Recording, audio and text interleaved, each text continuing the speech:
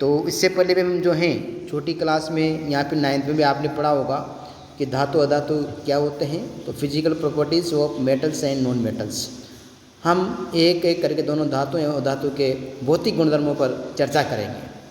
तो सबसे पहले जो है धातुओं के बारे में पढ़ेंगे, यानी धातु क्या है। तो प्रकृति में जो है धातुओं के जो है यहाँ पर उपस्थित हैं 90 के लगभग। धातु आघात वर्धे होते हैं, यानी मेनेबल पाए जाते हैं। तो आघात वर्ध्यता क्या होता है इसके बारे में समझते हैं। तो धातुओं को पीट कर पतली चादर बनाया जा सकता है, इस गुण को ही क्या कहते हैं, आघात वर्धनीयता कहते हैं। जैसे सोना चांदी जो एक प्रकार से क्या है, ये धातु आघात वर्धनीयता है। एल्यूमिनियम फॉयल है, इसका उपयोग खाद्य पदार्थों की पैकिंग के लिए करते हैं, जिससे खाना लंबे समय तक जो है सुरक्षित और गर्म रह सके। इसलिए एल्यूमिनियम फॉयल का उपयोग किसके लिए करते हैं, यहाँ पर खाना पैक करने के लिए। धातु तन्य होते हैं, डक्टिलिटी यानी तन्यता।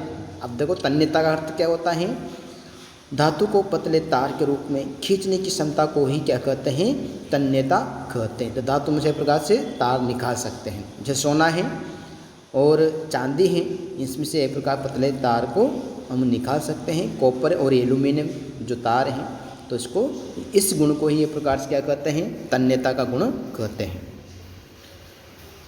अगला जो है भौतिक गुण की धर्म हम यहाँ पर बात कर रहे हैं।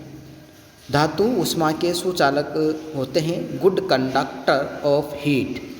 तो यानी ऊष्मा के प्रकार से क्या होते हैं, अच्छे चालक होते हैं। चांदी ऊष्मा का सबसे अच्छा चालक है, कॉपर एल्यूमिनियम भी अच्छे चालक होते हैं। धातु ऊष्मा का संचालन कैसे करते हैं इसके बारे में चर्चा करेंगे हम यहाँ पर। तो कैसे करते हैं, क्योंकि जो धातु है यानी यहाँ पर एल्यूमिनियम, इसका तार लेते हैं और इसके एक सिरे पर मोम के द्वारा पिन को चिपका देते हैं, इन पिन को बांधते हैं। दूसरे सिरे पर हम यहाँ पर क्या करेंगे, बर्नर के द्वारा इसको गर्म करते हैं। तो ये गर्म होगा और इसे गर्म होता है तो इसमें एल्यूमिनियम जिसे गर्म होता है तो इसके अग्र सिरे से पश्च सिरे की ओर यहाँ पर ये पिघल कर नीचे जाता है। तो ये गुण ही क्या है यहाँ पर, इसमें जो है यहाँ पर एल्यूमिनियम जो है ऊष्मा का सुचालक है। इसके एक सिरों पर जिसे ऊष्मा उत्पन्न होते हैं तो ये एक भाग से दूसरे भाग पर, क्योंकि इसके इलेक्ट्रॉन या प्रकाश क्या करते हैं, गति करते हैं, और दूसरे भाग को भी ये जो हैं गति करते हुए दूसरे सिरे पर ये पहुंच जाते हैं। इसलिए आपने देखा इस चित्र में, तो ये जो हैं एक सिरे से अंतिम सिरे पर आकर ये जो है ऊष्मा पाकर यहाँ पर जो चिपकी हुई मोम है वो पिघल जाती हैं और पिन नीचे गिर जाता है, नीचे आ जाता है। तो ये इस प्रकार से यहाँ पर जो है इसका गुणधर्म है किसका, धातु की ऊष्मा की अच्छी सुचालक होती हैं।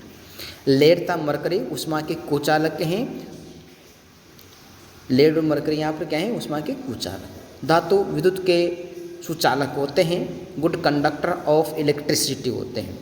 तो आप देखते हैं यहाँ पर जो है एक परिपथ बना हुआ है, इसमें चांदी जो है विद्युत के सुचालक इसमें अच्छे होते हैं, कॉपर, सोना, एल्यूमिनियम और टंगस्टन। इसका उपयोग हम जो है ट्यूबलाइट या बल्ब के रूप में इनका उपयोग करते हैं, टंगस्टन का।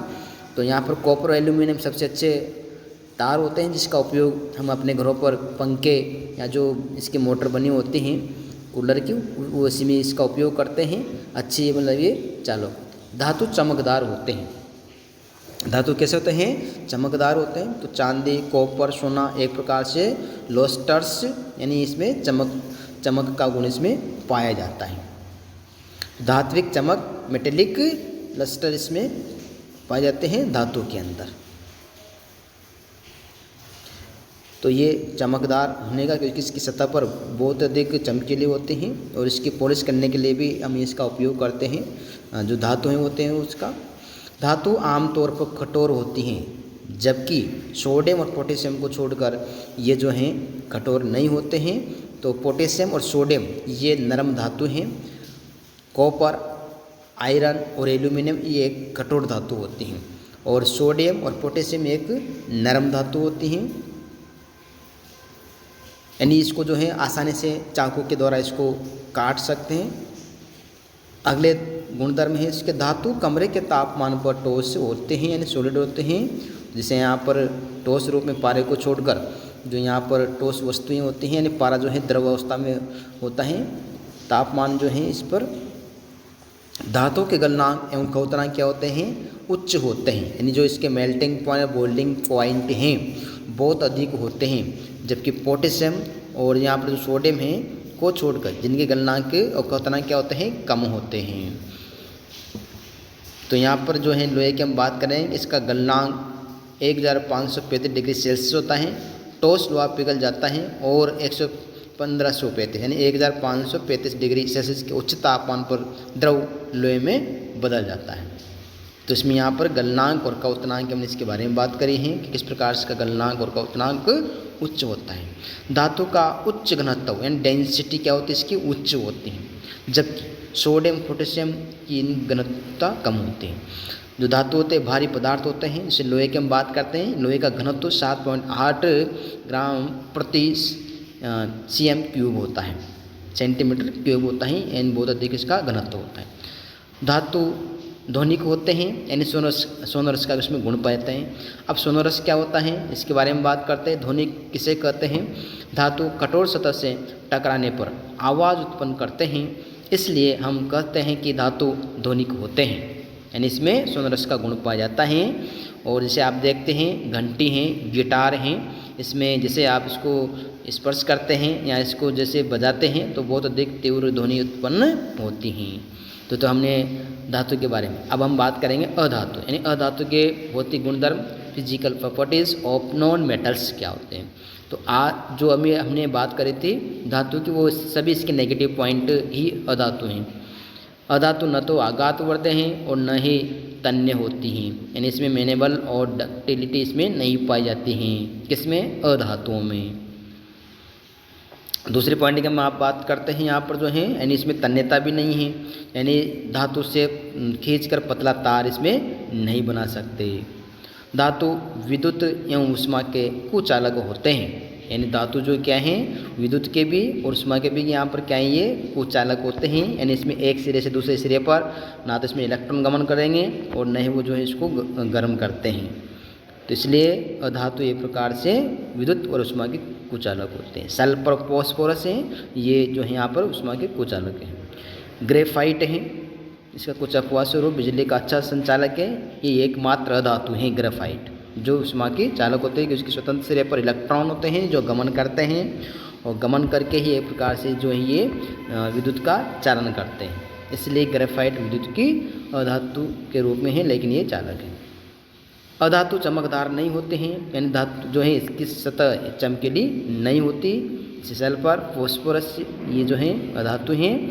आयोडीन एक ऐसा अधातु है जो चमकीला होता है, यानी आयोडीन जो है अधातु हैं लेकिन चमकीला होता है। नेक्स्ट पॉइंट की हम बात करेंगे यहाँ पर। अधातु आम तौर पर कैसे होते हैं, मुलायम होते हैं, हीरे को छोड़कर। हीरा जो है बहुत अधिक कठोर होता है। अधातु कमरे के तापमान पर ठोस, द्रव या गैस हो सकते हैं, यानी जो अधातु हैं वो ठोस द्रव हो सकते हैं। ठोस के रूप में यहाँ पर जो है कार्बन, सल्फर, फॉस्फोरस, द्रव्य के रूप में ब्रोमीन है और गैस के रूप में यहाँ पर जो क्या है हाइड्रोजन, नाइट्रोजन, ऑक्सीजन है और क्लोरीन, ये गैस के रूप में होती हैं। तो ये फिजिकल प्रॉपर्टीज़ की हमने यहाँ पर इसके बारे में चर्चा करी है कि कौन कौन से अधातु के क्वथनांक तथा गलनांक क्या होते हैं, कम होते हैं। जैसे हीरे को छोड़कर इसका जो है क्वथनांक और गलनांक इसका उच्च होता है। जैसे अभी हमने लोहे की बात करी थी, इससे अधातु के घनत्व कम होते हैं, वे हल्के पदार्थ होते हैं, तो घनत्व भी कम है। सल्फर है, इसका घनत्व 2 ग्राम प्रति क्यूब होता है यहाँ पर, तो ये सल्फर का घनत्व है। अधातु ध्वनिक नहीं होते, यानी किसी वस्तु के साथ टकराने पर ध्वनि उत्पन्न नहीं करते हैं। कौन, अधातु। अधातु एवं भौतिक गुणधर्म के बारे में आज अध्ययन किया था कि अधातु और धातु में क्या क्या इसमें समानता और असमानता होती हैं, इसकी क्या क्या फिजिकल और केमिकल प्रॉपर्टीज के बारे में पढ़ा था। अगले वीडियो में हम इसके धातु अधातु के रासायनिक गुणधर्मों के बारे में चर्चा करेंगे कि किस प्रकार से विक्रिया करते धातु अधातु और किस प्रकार से यहाँ पर नए यौगिक का निर्माण करेंगे। सभी को धन्यवाद।